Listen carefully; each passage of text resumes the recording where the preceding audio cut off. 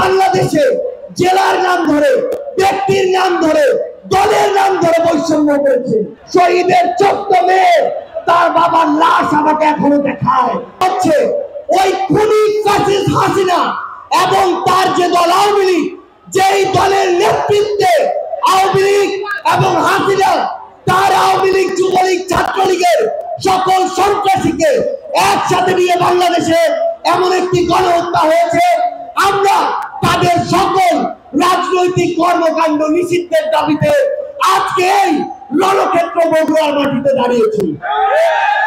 আমরা স্পষ্ট করে একটি কথা বলতে চাই, এই আওয়ামী লীগ শুধুমাত্র 2009-এ পিলখানা হত্যাকাণ্ড ঘটায়নি। এই আওয়ামী লীগ শুধুমাত্র 13 সালে শাপলা চত্বরে হেফাজতের ওই মাহফিলে শত শত ভাই বোনকে হত্যা করেনি।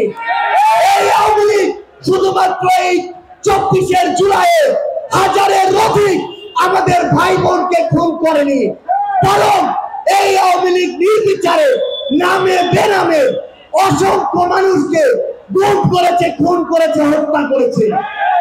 আমরা আমাদের জায়গা থেকে স্পষ্ট করে বলি, এই খুনি হাসিনা এবং তার এই প্ল্যাটফর্ম, সন্ত্রাসী প্ল্যাটফর্ম আওয়ামী লীগ এই বাংলাদেশে কোন রাজনৈতিক কার্যক্রম করতে পারে না। এই আওয়ামী লীগ শুধুমাত্র রক্তের উপরে দাঁড়িয়েছিল, ব্যাপারটি এমন নয়। এই আওয়ামী লীগ পুরো বাংলাদেশে জেলার নাম ধরে, ব্যক্তির নাম ধরে, দলের নাম ধরে বৈষম্য করেছে। আপনারা যদি দেখেন, আপনার এই বগুড়া জেলা, যেই জেলায় একটি আন্তর্জাতিক ম্যাচ খেলার স্টেডিয়াম ছিল, সেই জেলা সেই স্টেডিয়ামকে বন্ধ করে দেওয়া হয়েছে।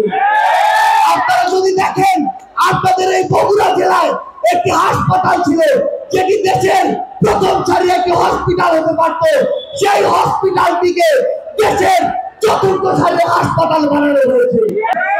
আমরা জাতীয় নাগরিক পার্টি এনসিপির পক্ষ থেকে আপনাদের মাধ্যমে অন্তর্বর্তীকালীন সরকারকে এবং আগামী বাংলাদেশের সরকারকে বগুড়াবাসীর পক্ষ থেকে স্পষ্ট করে বলতে চাই, আমাদের এই বগুড়ায় বিমানবন্দর লাগবে, আমাদের এই বগুড়ায় মেডিকেল বিশ্ববিদ্যালয় লাগবে, আমাদের এই বগুড়ার স্টেডিয়ামে আবার আন্তর্জাতিক খেলা হতে হবে।